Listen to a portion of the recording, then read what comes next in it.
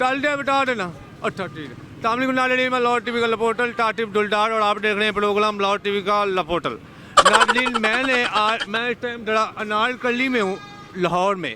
मैंने एक बाबे को पकड़ा है, जरा उससे सवाल जवाब करेंगे। ये जो बाबे होते हैं इनके पास बड़ा नॉलेज होता है। जब भी कोई नौजवानों को मसला बनता नहीं, ये बाबियों के पास जाते हैं कि बाबा जी यार क्या मसला है। इस टाइम हमारे पाकिस्तान में बहुत सारे मसले चल रहे हैं, नवाज शरीफ के बारे में, सियासत के बारे में। जरा बाबा जी से सवाल करूँगा। सलाम जी। वालेकुम सलाम। क्या नाम है थोड़ा आपका? खैर है, शुक्र अल्लाह दा। खैर है, शुक्र अल्लाह दा। नाम क्या है आपका? वरियाम। वलियाम था मेरे ठाट है बाबा जी। बाबा जी मुझे ये बताएं यार, ये नवाज शरीफ जो है ये कहता है कि जी पिछले 70 सालों में पाकिस्तान ने तरक्की नहीं की, इसने कोई और कोई नौजवानों का कोई मसला हल नहीं हुआ। अब मैं नया लौटे हूँ तो मुझे दोबारा से वज़ीर आज़म बढ़ाओ। अब मैं तरक्की पे पाकिस्तान को लगाऊंगा। आप बता सकते हैं कि कैसे तरक्की पे लगाया, ना लौट कैसे तरक्की पे लटाया जाए? मेरे पुत्र गल है कि वेखण दी लोड़ है, सोचण दी कि अज तक 70 साल सब तो ज्यादा इकतदार च कौन रहा है? नवाज शरीफ 35 साल हुए। पंजाब च कौन रहा है? यो ठबा शरीफ, नवाज शरीफ। तो ਇਹਦਾ मतलब ਇਹ ਹੈ ਕਿ ਅਗਰ ਜਿੰਨਾ ਨਾਹਿਲ ਕੀਤਾ ਸਹੀ ਕੀਤਾ ਹੈ ਨਾ ਕਿ 35 ਸਾਲ ਇਕਤਦਾਰ ਹੀ 3 ਵਾਰੀ ਅੱਗੇ ਰਿਹਾ ਹੈ ਤੂੰ ਹੁਣ ਤੱਕ 4 ਸਾਲ ਹੁਣ ਵੀ ਹੋ ਗਏ और तू लत्था ही बेइज्जती करा के लड़ के लत्था है तू, यानी तेरे च मैनेजमेंट की इतनी कमजोरी आई कि तू उन्होंने कवर कर नहीं सकिया फौज नू या दूजे सियासी लीडर बेइज्जती करा के लत्था है 4 वारी अगले दिन लाया है तले ते मुड़ हुण तू आना भी यार मैनू ला दिता ने, तो तू अजे भी नहीं उन्होंने रजामंद कर सकिया, जोड़ के टोर नहीं सकिया ना फौज नू, ना बुरा करेसी नू, ना जेडे बाकी सियासी लीडर हैं। जरदारी 5 साल कट गया ना, मुशर्रफ 10 साल कट गया, ज़ियाउल हक 10 साल सानू जलील कीती रखिया।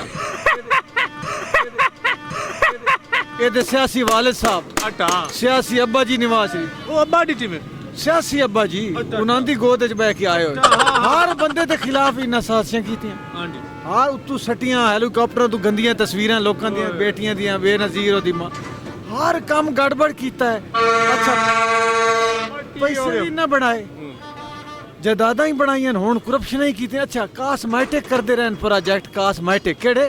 काटमैटिक जेडे नजर आवन विच कुछ ना होवे, उन्हां च माल पत्ती ऐन दाएं बाएं जे पे मैनू ये दस ए मेट्रो लाहौर बन गई, बाकी पाकिस्तान रोल मरे भुख तू खुदकुशियां लोग कर पूरे पंजाब विच बन रही तरक्की लानत भेज इस दी जे रोटी नहीं मिलदी के करिए मोटरवे दे उत्ते या फलाना सुकून दा सफर तो ना पर सुकून पैसे उसन तो हर बंदे कोल पैसे भी कोई नहीं मोटरवे ते चढ़न, दाड़ियां मुकती नहीं है, खत्म ही नहीं होती गाड़ी। ओ है 5-7% 10% बंदे ने, 90% बंदे मेरे आ रहे हैं जेड़ा है जिन्हां दी ना कमर दुरुस्त है ना गिच्ची दुरुस्त है।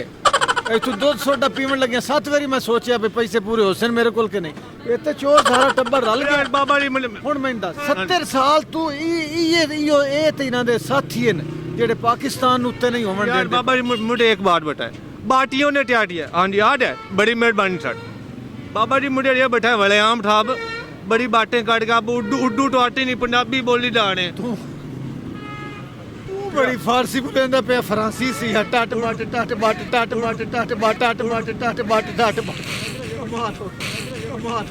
टूटा बेटा टूटा। मैं तेन को जाके मेरी गल सुन, समझण दी गल है कि ये ठीक कह रहा है कि 70 साल तू पाकिस्तान डगर दे उत्ते नहीं चढ़िया भाई, तू इतनी वारी 35 साल दी हुक्मरानी तू बात तुसी लम्हे पा दिता, गल नहीं कटदे यार जज्जां नू यार बाटियों ने क्या किया? तू मेरी गल सुनना, हुण ते तू ना अहल हो गया है ते फिर तेनू मड़ाइए ते तू सानू लारा ला रहे मैं इन्हां नू मैं हाउसिंग स्कीमां कटसां, मैं सस्ते घर दे सां।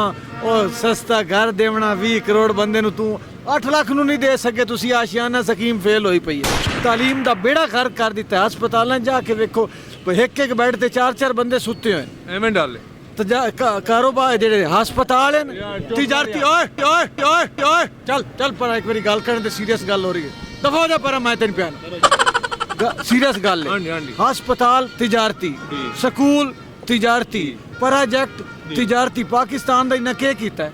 कर्जे ले के पाकिस्तान दी कमरदोरी कर दित्ती ने, जिवें तुहाडी होई पई। हां मेरी होई पई, पाकिस्तान दा हाल ही होए कमरदोरी कर्जे लाए सब तो ज्यादा कर्जे।